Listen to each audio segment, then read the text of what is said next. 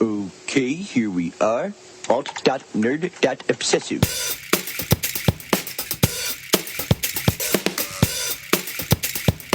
Worst Outtakes. ever. So, mass transit system. Are we in? Is this it? Yeah, all right, here we go. We're on. This is the Bodies episode 31. Right, before we get into that, I've already gotten into it, but I guess we can. Before we get into it deeper, All right. I do want to talk about Svengali. So he's got a turban on. He's a face, Simpsons face we haven't seen before. Very sharp angles. Yeah. Hank Azaria is doing the voice. He's doing like a slight British accent. He's doing kind of like a fancy hypnotist. Anyway, I feel like he should have just done straight up his character from Mystery Men, a movie I know. Blue Raja. The Blue Raja. I know Yeah. you love because we absolutely. saw it in the theater together Yes, we did. 15 years ago. More than that. It was And 1999. we've probably watched it on. Oh wow! So we saw it 16 years ago. 17, Wow. almost. Did I even know you then? That Yeah. must have been one of the very first movies we saw It together. was one of our first dates, Jack. It was one I of guess our you first. don't remember. It was before Ready to Rumble, starring David Arquette. and Shanghai Noon, where I Yeah. realized the pun of the title halfway yeah. through the movie. It's Shanghai Noon. Shanghai Noon. Anywho, Somebody listening didn't get it and is now like, oh. every time we relay that story, which is often, Yeah. somebody goes, oh. But Shanghai Nights. Never seen it still. No pun. Me I just neither. don't- Oh wow! And you know we should what? watch Shanghai. We should do a Shanghai Nights podcast. I would love to, but here this is deleted possibly from life. But I watch a lot of movies. You do too. And at one point in my life, I was like, you know what? I don't have time to watch crap movies anymore. There comes a time in my life I've had that where yeah. I'm never gonna watch Shanghai Nights. If I haven't seen it yet, it's never gonna happen. There's too many movies. And you Life's stand too by short. that? 'Cause And I stand by that. If you want to watch it and do a podcast about it, I would. But. I've had that moment because usually I watch a lot of shitty movies on Netflix when Right, I yeah. don't know what else to watch. And I really shouldn't be wasting my time doing this when there's so many good movies I still haven't seen. Right. But the reason I'm watching those shitty movies is because I don't have to think about it. Like I can just turn. Like last Right. night, last night I was pretty drunk. I was at a party. Yeah. And I got home late, and I was too drunk to do anything, but I was not tired enough to go to sleep. So Yeah. I put on Star Trek II: Wrath of Khan. Now, there's plenty of things I'd rather watch than that. I mean, I love the movie, but I've seen it before, and there's things that are higher priority. Yeah. But I was like, you know what? I just want to watch 45 minutes of a movie and not the whole movie. I'm putting on Wrath of Khan. Well, it's different when you're wanting to fall asleep or whatever, and you put on something. But I you've seen a wasn't million doing that times. because I wasn't in bed. I was just bored. I was eating. You're hitting the treadmill watching Wrath of All right. Khan. So we'll get into it then. So I'm walking from the subway, and I stop at a Subway, and I get a Subway sandwich. Whoa. And I'm just like, I want to eat this sandwich. Subception. And I wasn't even hungry, but I was like, I'm drunk. I want to eat this Subway sandwich, and I need something to watch because I don't want to just sit here in the dark in silence. So I put on Wrath of Khan. Anyway, Nice. my point is, you shouldn't give up on shitty movies because sometimes that's the best thing to watch. What are you gonna do? What are you gonna watch? Wait, are you saying Mad Men? Are you saying You know- Wrath of Khan is a shitty movie? And No. It's a bad example. It's not a priority. There are things I should be watching instead. Right. I should be trying to catch up on Mad Men or Daredevil. Yeah. That's what I should have watched, but I'm not in the Are mood. you behind on Mad Men? I am. I'm very behind on Mad Men. I'm still on last season. I'm still in We're the beginning behind of this right now season. because we're recording this episode Right. before. No, released. we're still watching the first half of season 7. Ooh. Yeah.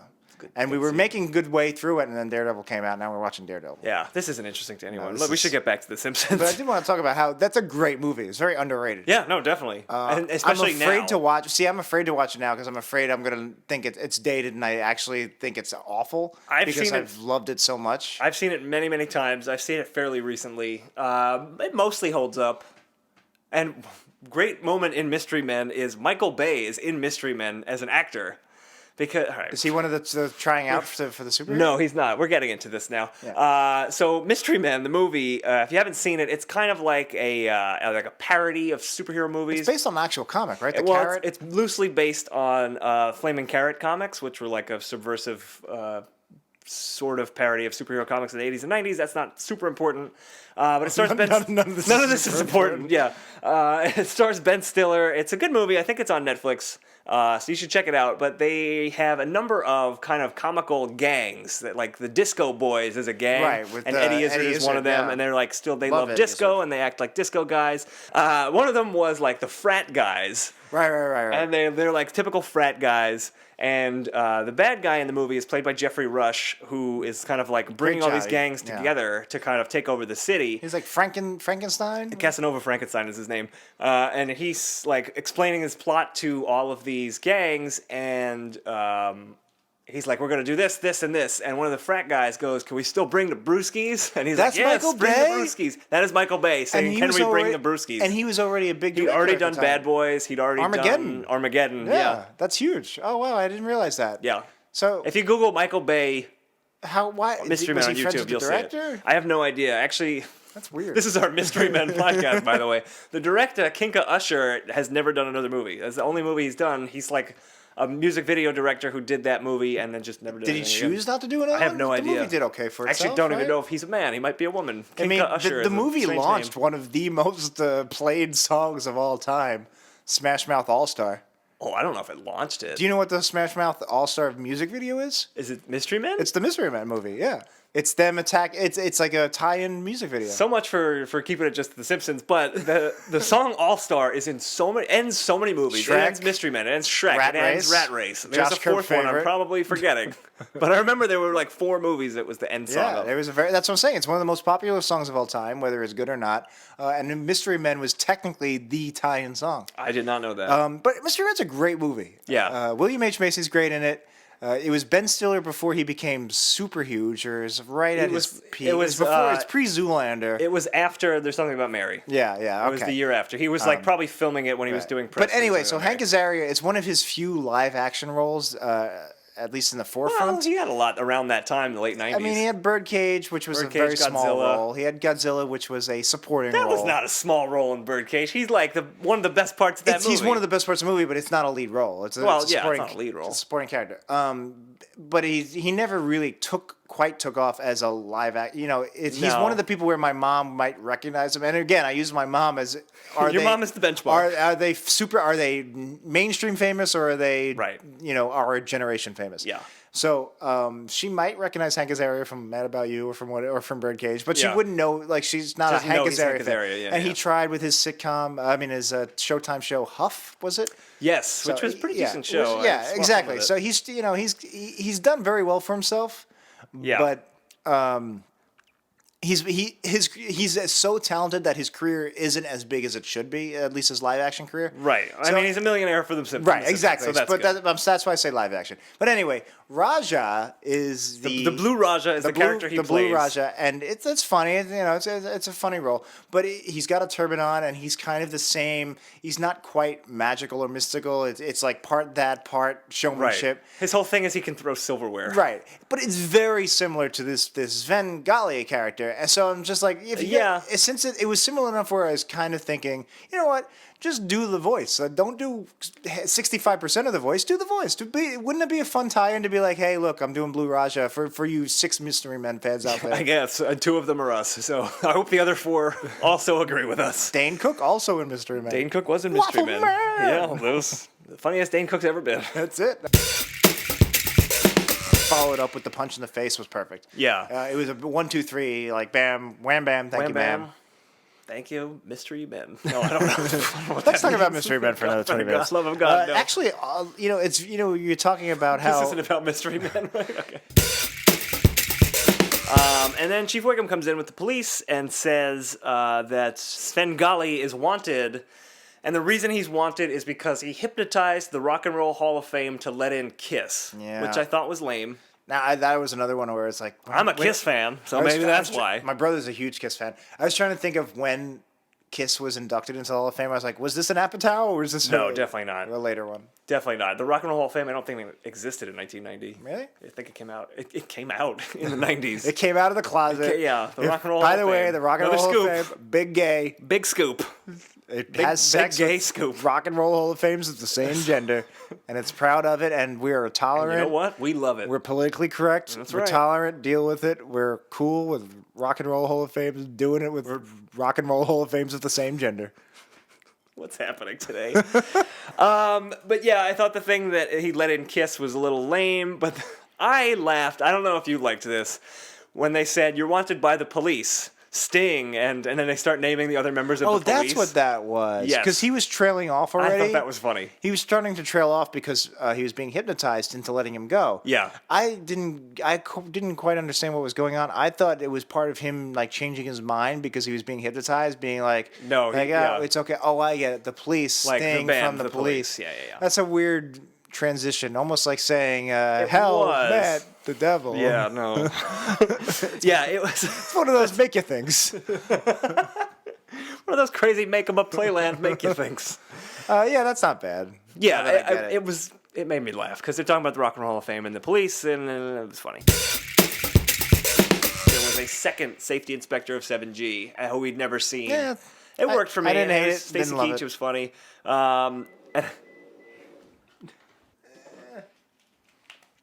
We good? Nick Noga, are you allowed to execute people at a local jail? What? I think it's a Hans Moleman line. Isn't it? No, no, you were not. I think it's a Hans Moleman line. Oh, yeah, it is. From this moment on, no talking. You must be watching those Simpsons. Nice. We gotta How get it back. ironic. We were recording a podcast he has been on in the past. I wrote a spec script of Reno 911 with Bryce. Well, not with Bryce, but Bryce was Bryce, our guest last week, friend of the show. was in my class. This can be deleted. Okay. We should still say who Bryce is. He was in my class, and anyway, I hope in 25 years they make it that script, even though that show's improvised and Yeah, doesn't really. use screenplays. It was. I believe the plot was Siegfried and Roy lost a tiger, but I don't know if I guess it was before he got mauled by the tiger. Yeah, I don't know. maybe. Well, that's the plot of this episode also. So Jen Apatow was listening to you write that episode. Actually, tell your friends that there's an episode of The Simpsons that might be worth checking out. Yeah. From season 26. And tell them about that movie, Mystery Men. All right. So Stacey Keach plays the guy retiring. Yeah, in a weird, He's been very on the small show. role. He He's has been on been the show, because right? he was the not the mayor of Albuquerque, but the episode where they moved the isotopes to Albuquerque. He was the head of the team. Right. I've seen that episode several times in syndication, I've but seen I it once or haven't twice, but it's seen been a it. while. I haven't seen it. I don't remember too I much remember of that it. one being pretty good. Hungry Homer. I think it was season 13. It makes me hungry thinking of the It also hot dog makes with me the hungry. Albuquerque type, the Yeah. Southwest style type Right. condiments. Mm-hmm. For some reason, I remember that very well. And it makes you want a it hot always dog. waters my mouth. Yeah, that's not a phrase. Waters my mouth. It waters my mouth. I picture a hot dog with a watering can standing over you like, But Waters my mouth. big Stacey Keach fan. I like Stacey Keach, the warden in the first season of Prison Break. Oh yeah, what, was he? Yeah, he was. Remember we watched the first season in your basement. did. We I certainly was did. like insistent that everybody, our group of friends, watch it. Well, you were right. I mean, Prison Break first two seasons. The were first two pretty damn seasons great. were great. The not so much. I we stopped should at do season 3. should do a post classic Prison Break podcast. It starts when Michael is in Soma, and then it goes That's from there. very inside break. Nice. That was around the time where he was always wearing long sleeve shirts because because the they- tattoos didn't have anything to do with anything And anymore. they were just and they tired didn't want of to do the putting- makeup. Yeah.